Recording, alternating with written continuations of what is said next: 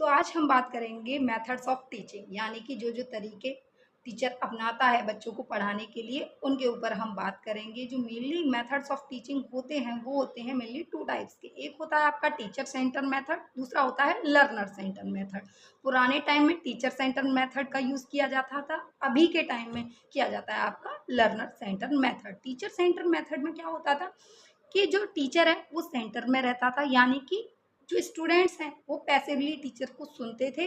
जो भी टीचर आपको एक्सप्लेन कर रहा है, डिस्क्राइब कर रहा है, लेसन जो भी आपका कॉन्सेप्ट है वो टीचर एक्सप्लेन करेगा और स्टूडेंट पैसिवली सुनेंगे। जैसे कि आपका लेक्चर मेथड हो गया, टीम टीचिंग हो गई जिसमें 2-3 टीचर मिलकर बच्चों को पढ़ा रहे हैं, राइट।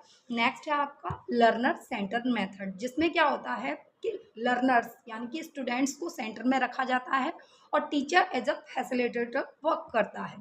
जिसमें क्या होता है लर्नर्स के अकॉर्डिंग, उनकी नीड्स के अकॉर्डिंग टीचर उनको चीज़ें प्रोवाइड कराता है, चाहे वो उनके जो नीड्स हैं स्टूडेंट्स की, उनके अकॉर्डिंग वो टीचर पढ़ाएगा स्टूडेंट्स को। जैसे कि आपका हो गया प्रैक्टिकल मेथड हो गया, है ना, एक्सपेरिमेंट मेथड हो गया, डेमोन्स्ट्रेट मेथड हो गया, और बहुत सारे तरीके हैं जिसमें क्या होता है कि लर्नर्स स्टूडेंट्स को बहुत इन्वॉल्व किया जाता है टीचिंग के अंदर।